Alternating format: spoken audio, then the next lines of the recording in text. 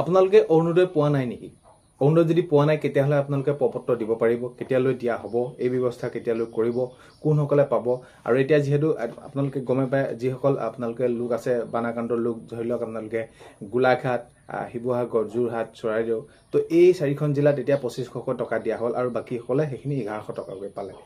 এতিয়া বহুতৰ একাউণ্টত সোমোৱা নাই, কিয় সোমোৱা নাই, কেনেকৈ কি কৰিব, সকলোখিনি। আৰু বিশেষকৈ এই যে প্ৰক্ৰিয়াখিনি চৰকাৰৰ ফালৰ পৰা সকলোখিনি সুবিধা দিয়ে, কিন্তু কৰে ক'ত কামবিলাক মই সকলোখিনি আপোনালোকক জনাইছোঁ বা আপোনালোকে সেইখিনি গম পাইছে। তো শেষলৈকে চাই আপোনালোকৰ মন্তব্য কমেণ্টৰ জৰিয়তে জনাবলৈ নাপাহৰিব। এইখিনিতে আপোনালোকক সদায় কোৱাৰ দৰে চেনেলটোলৈ যদি আপোনালোক নতুনকৈ আহিছে, চেনেলটো ছাবস্ক্ৰাইব কৰাৰ লগতে কাষত থকা বেল আইকনটো প্ৰেছ কৰি অল কৰি থ'ব, যাতে নতুন এটা ভিডিঅ' দিয়াৰ লগে লগে আপোনালোকে আগতীয়াকৈ চাবলৈ পায়। ভিডিঅ'টো ভাল পালে লাইক এটা কৰি দিব আৰু শ্বেয়াৰ কৰি দিব বুলি আশা কৰিলোঁ। এতিয়া মই আপোনালোকক এটা উদাহৰণ দি আপোনালোকক এটা কথা ক'ব বিচাৰিছোঁ যে আপোনালোকে এতিয়া যদি চাই বানাক্ৰান্ত যিসকল লোক আছে তেওঁলোকক 25,000, 30,000, 15,000 এনেদৰে এইখিনি দিয়া ব্যৱস্থা চৰকাৰে গ্ৰহণ কৰিলে। এতিয়া 15,000 দিয়াৰ পাছত এতিয়া এনেকুৱা ধৰণৰ এটা পৰিৱেশ সৃষ্টি হ'ল, যিহেতু তেওঁলোকে একেবাৰে বানাক্ৰান্ত লোক আৰু তেওঁলোকে একেবাৰে এই যি বানপানীত সকলোখিনি হেৰুওৱাৰ পাছত এনেকুৱা এটা দুখত আছে, তেওঁলোকে সেইখিনি এই দুখৰ সময়ত তেওঁলোকক সহায় কৰিব লাগে বা তেওঁলোকে সেইখিনি কেনেকুৱা এটা তেওঁলোকৰ মনটো হৈ থাকিব। কিন্তু তথাপিতো তাৰ সময়তে কি কৰিব লগা হৈছে, তেওঁলোকে সেইখিনি নিজৰ প্ৰাপ্যখিনি পাবৰ বাবে দাবী জনাবলগীয়া হৈছে। অৰ্থাৎ কথাটো হ'ল কি, চৰকাৰৰ ফালৰ পৰা সকলোখিনি সুবিধা দিছে, 15,000 টকাকৈ সেইখিনি তেওঁলোকক দিবৰ বাবে সেইখিনি দিছে, কিন্তু যিসকলে পাব লাগে তেওঁলোকে পোৱা নাই, যিসকলে নাপাব লাগে তেওঁলোকে পাইছে, এনেকুৱা ধৰণৰ।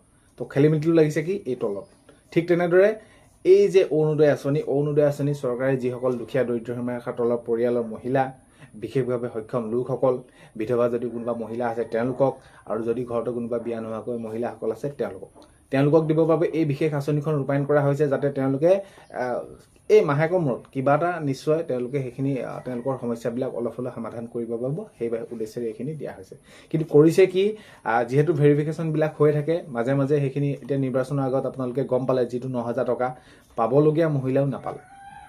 এনেকুৱা এটা পৰিৱেশ সৃষ্টি হ'ল, যিৰ বাবে বিশেষভাৱে সক্ষম লোকসকল তেওঁলোকে আকৌ আয়ুক্ত মহোদয়ৰ ওচৰত প্ৰপত্ৰ জমা দিবগৈলগীয়া হৈছে যে মোৰ অৰুণোদয়টো কাটিলে। তো খেলিমেলিটো কোন কৰে, এই তলৰ যিসকল, এই ধৰি লওক এতিয়া যিদৰে বানপানী সমস্যাৰ সময়ত এই গাঁও প্ৰধান হওক বা ৱাৰ্ড মেম্বাৰ হওক বা প্ৰেচিডেণ্ট হওক বা এইবিলাকে যেনেদৰে এইবিলাক খেলিমেলি সৃষ্টি কৰিছে, ঠিক তেনেদৰে এই অৰুণোদয় আঁচনিৰ ক্ষেত্ৰতো তেনেকুৱা। অৰুণোদয় আঁচনিৰ ক্ষেত্ৰতো তেনেকুৱা বদনাম হয়গৈ, চৰকাৰৰ দিয়ে সুবিধাটো এইসকল লোকৰ বাবে। তো এই এনেকুৱা ধৰণৰ খেলিমেলিৰ বাবে এই এনেকুৱা ধৰণৰ পৰিস্থিতিবিলাক হয়।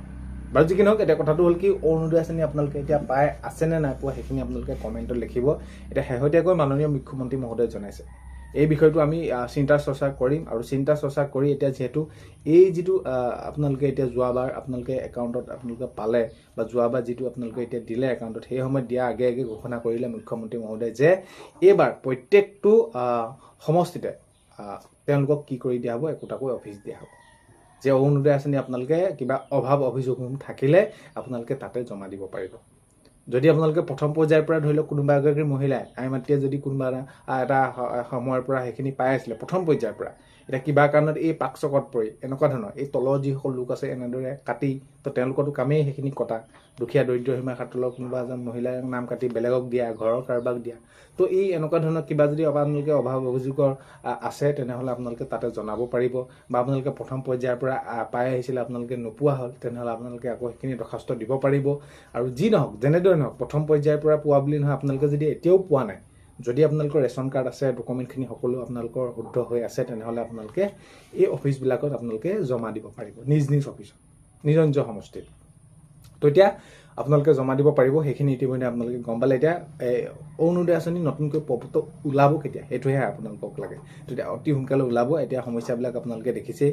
তো বান সাহায্য নামত তেওঁলোকে সেইখিনি চৰকাৰে বহুত বেছি গুৰুত্ব দি আছে, বানাক্ৰান্ত লোকসকলক সহায় কৰাক লৈ সেইখিনি জৰীপ চলি আছে। আৰু আগন্তুক সময়ত অতি সোনকালে এতিয়া নতুন নিযুক্তিৰ ক্ষেত্ৰতো এতিয়া ইতিমধ্যে সকলোখিনি কথা ঘোষণা কৰিছে। আৰু ক্ৰমান্বয়ে এই সকলোবিলাক চৰকাৰে যিবিলাক পদক্ষেপ লৈছিলে বা এইখিনি আমি কৰিম বুলি প্ৰতিশ্ৰুতি দিছিলে, সকলোখিনি কাম কৰিব। আৰু আগন্তুক সময়ত অতি সোনকালে অৰুণোদয় আঁচনি ওলাব। আৰু এইবাৰ এনেকুৱা ধৰণে এই প্ৰক্ৰিয়াটো হ'ব যাতে কোনো ধৰণৰ বেমেজালি সৃষ্টি নহয়। কাৰণ কেলৈ পাবলগীয়া মহিলাগৰাকীয়ে নাপায়, পাবলগীয়া লোকসকলে নাপায়, এই যি কোনোবা সাংগু পাংগু যি মিতিৰ কুটুম তেনেকুৱা ধৰণৰ আছে, টকা থকা লোকসকল আছে, তেওঁলোককে এইখিনি দিয়া হয়। আৰু প্ৰথম অৱস্থাত যিহেতু অৰুণোদয় আঁচনিখন গুৱাহাটীৰ পৰা সেইখিনি পৰিচালনা কৰা হৈছিলে, আৰু এতিয়া এইখিনি কি হ'ব, জিলা পৰ্যায়ত এইখিনি সকলোখিনি পৰিচালনা হ'ব। হ'ব সমষ্টি পৰ্যায়ত। তেতিয়া আগন্তুক সময়ত ফৰ্ম ওলালে আপোনালোকে প্ৰপত্ৰ পূৰ কৰি দিব, তেতিয়া আপোনালোকে এই যি অৰুণোদয় আঁচনি আপোনালোকে হিতাধিকাৰী নিজৰ নামটো অন্তৰ্ভুক্ত কৰিবলৈ সক্ষম হ'ব। তো এইখিনি আগন্তুক সময়ত জনাম, অতি সোনকালে ওলোৱা কথা কৈছে ইতিমধ্যে মাননীয় মুখ্যমন্ত্ৰী মহোদয়, আৰু দিয়ক। আৰু বহুতে কৈ আছে ৩,০০০ টকাকৈ বৃদ্ধি কৰিব, ৩,০০০ টকাকৈ বৃদ্ধি কৰিব, ৩,০০০ টকাকৈ বৃদ্ধি নকৰে। এইখিনি ক্ষেত্ৰত কোনো ধৰণৰ বাজেটত পদক্ষেপ নল'লে। এই প্ৰক্ৰিয়াটো যিহেতু মাননীয় মুখ্যমন্ত্ৰী মহোদয়ে জনাইছিলে ১,২৫০ টকাৰ পৰা ক্ৰমান্বয়ে বৃদ্ধি হ'ব। তেতিয়া আগন্তুক সময়ত দেখা যাওক কেনেদৰে কিমান বৃদ্ধি কৰে, কিন্তু এতিয়ালৈ ৩,০০০ টকা বৃদ্ধি কৰাৰ ক্ষেত্ৰত কোনো ধৰণৰ পদক্ষেপ গ্ৰহণ কৰা নাই। আজিলৈ অন্য এটা ভিডিঅ' লগ পোৱাৰ আশাৰে বাই।